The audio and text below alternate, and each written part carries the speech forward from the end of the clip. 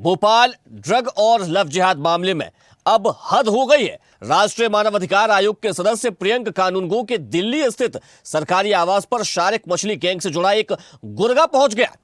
उसने खुद को जैनेंद्र पाठक बताते हुए कहा कि वह मध्य प्रदेश का निवासी है और भोपाल के शारिक मछली के साथ प्रॉपर्टी का कारोबार करता है। कानूनगो के मुताबिक उस व्यक्ति ने उनसे मुलाकात कर कहा कि वो भोपाल वाले शारिक मछली का साथी है, उसका बहुत नुकसान हो गया है, इसलिए उसे छोड़ दीजिए। इस दौरान उसने प्रॉपर्टी सौदे के नाम पर लालच देने की भी कोशिश की। इस घटना के बाद प्रियंक कानूनगो ने दिल्ली पुलिस को रिपोर्ट दर्ज करवा दी है और पुलिस इसकी कड़ाई से जांच कर रही है। चलिए इसी खबर पर ज्यादा जानकारी के साथ न्यूज हेड डिजिटल अनिरुद्ध सोने हमारे साथ जुड़ गए। अनिरुद्ध, लव मामले को लेकर पहले लव जिहाद देखा, फिर ड्रग जिहाद देखा, प्रॉपर्टी जिहाद भी देखा। अब इन सभी अपराधों को छिपाने के लिए एक और अपराध मछली परिवार की ओर से किया जा रहा है, मछली गैंग की ओर से किया जा रहा है। उनका एक गुर्गा दिल्ली पहुंच गया है। उसने राष्ट्रीय मानवाधिकार के जो सदस्य है प्रियंक कानूनगो, उनको भी लालच देने की कोशिश की, यानी कि इस पूरे मामले से वे पीछे हट जाए, इसको लेकर लालच देने की कोशिश की गई। फिलहाल क्या अपडेट है आपके पास? देखिए, भोपाल ड्रग और लव जिहाद मामले के जो आरोपी हैं वो लगातार बचने की कोशिश कर रहे हैं। हालांकि इस मामले में 2 गिरफ्तारियां प्रमुख हो चुकी है जो मछली परिवार से संबंधित थे, यासीन अहमद उर्फ यासीन मछली और शावर अहमद उर्फ शावर मछली। लेकिन शारिक मछली वो अभी भी बचा हुआ है, जबकि 2 लोगों ने भोपाल में उसके खिलाफ कंप्लेंट दर्ज करवाई है, बाकायदा अपहरण की धमकी की, जान से मारने की धमकी की और उठा के ले जाने की। लेकिन इसके बाद भी शारिक मछली पे अभी कोई केस भोपाल पुलिस ने दर्ज नहीं किया है। और जहां तक बात करें तो अब शारिक मछली के गुर्गे मतलब अभी भी ये लोग बचने की पूरी कोशिश में हैं और खासकर शारिक मछली के गुर्गे दिल्ली तक पहुंचे हैं। और दिल्ली में राष्ट्रीय मानव अधिकार आयोग के सदस्य प्रियंक कानूनगो, जो कि मध्य प्रदेश के विदिशा के ही रहने वाले हैं और पहले बाल आयोग के भी राष्ट्रीय अध्यक्ष थे, उनके घर पे शारिक मछली का गुर्गा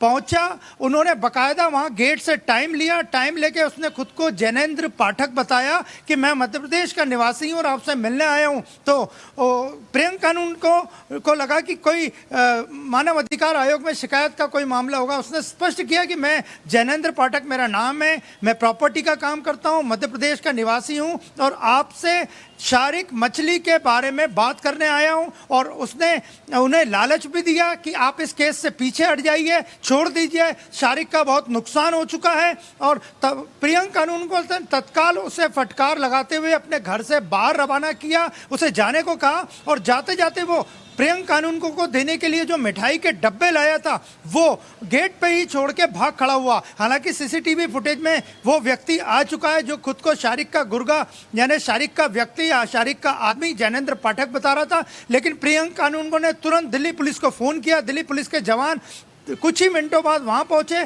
मिठाई के उस डब्बे को जब्त किया। सीसीटीवी सर्विलेंस की जांच की जा रही है और आज इस मामले की पूरे मामले की शिकायत प्रियंक कानूनगो राष्ट्रीय मानव अधिकार आयोग के अध्यक्ष से भी करेंगे। लेकिन उनका स्पष्ट कहना था प्रियंक कानूनगो से जब हमने बात की आज सुबह कि मैं अपनी लड़ाई मछली परिवार और उसके अवैध कारोबार पर जारी रखूंगा। और ये अब उनका एक ही उद्देश्य है कि मछली परिवार ने जिन तालाबों पे डैम्स पे कब्जा किया है उन्हें उससे अवैध कब्जे को छुड़वा के जो माझी समाज के, केवट समाज के और मछुआरे लोग हैं, उन्हीं लोगों को जो उनका जीवन यापन होता है उन्हीं को ठेके दिलवाऊंगा मैं। अनिरुद्ध, लेकिन ये जो पूरा हमने मामला देखा है जिसमें मछली परिवार पर इतनी बड़ी कार्रवाई की गई है, मछली गैंग पर ये बड़ी कार्रवाई की गई है, लेकिन उसके बाद भी इनके हौसले बुलंद नजर आ रहे हैं, इनके हौसले पस्त नहीं हुए। इतनी कार्रवाई हो जाने के बाद भी इनकी कोठियां तोड़ दी गई, इनकी अवैध संपत्ति पर प्रशासन ने बुलडोजर भी चलाया है, लेकिन उसके बाद भी ये इस पूरे मामले को रफा दफा करने की कोशिश इनकी ओर से की जा रही है। यानी कि अभी एक मामला तो उजागर हो गया है, हो सकता है ऐसे कई और मामले इनके द्वारा किए गए, कई और लोगों को लालच देने की बात कही गई हो। जी बिल्कुल, ये मछली नेटवर्क पनपा ही जो है वो राजनीतिक संरक्षण के कारण पनपा है। भले वो कोई भी पार्टी के लोग हों, हमेशा मछली परिवार को राजनीतिक लोगों का संरक्षण मिलता रहा।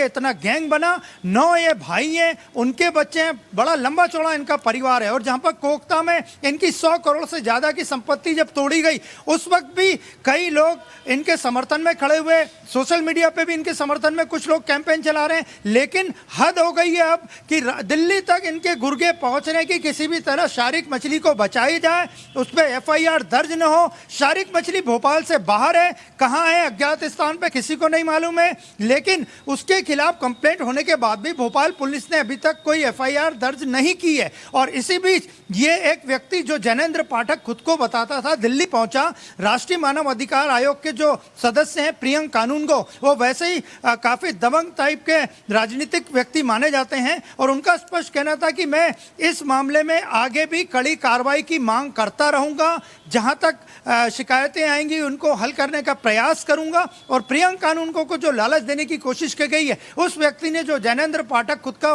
बताता था, उसने प्रियंक कानूनगो को रिश्वत देने की भी पेशकश की। कहा कि मैं प्रॉपर्टी के कारोबार में शारिक मछली का साथी हूं, और आपको भी अगर कोई प्लॉट वगैरह चाहिए तो हम आपको भोपाल और आसपास कहीं भी आप जमीन चिन्हित कीजिए, हम आपको प्लॉट और जमीन भी दे सकते हैं। लेकिन प्रियंक कानूनगो का यही कहना है कि उन्होंने इस पूरे मामले की शिकायत कर दी है, दिल्ली पुलिस जांच कर रही है, सीसीटीवी सर्विलेंस की भी जांच की जा रही है। पूरा एरिया जहां प्रियंक कानूनगो दिल्ली में रहते हैं वो सीसीटीवी सर्विलेंस में है, तो सीसीटीवी फुटेज के आधार पे उस व्यक्ति की दिल्ली पुलिस कड़ाई से तलाश करने में लगी है, और संभवतः 1 या 2 दिन में वो व्यक्ति पकड़ में आ जाएगा। उसके बाद और बड़ा खुलासा होगा कि शारिक मछली ने दिल्ली राष्ट्रीय मानव अधिकार आयोग के सदस्य प्रियंक कानूनगो के पास उस व्यक्ति को, जो खुद को जैनेंद्र पाठक बताता था, क्यों भेजा था। चलिए अनुरोध, आपका बहुत शुक्रिया तमाम जानकारी के लिए और हमारे साथ जुड़ने के लिए। हम लगातार इस मामले को लेकर आपसे अपडेट लेते रहेंगे। देखते रहिए स्वदेश न्यूज। अगर आप इस वीडियो को सोशल मीडिया हैंडल फेसबुक या इंस्टाग्राम पर देख रहे हैं तो हमें फॉलो करें, अगर यूट्यूब पर देख रहे हैं तो सब्सक्राइब करें और बेल आइकन दबाना ना भूलें।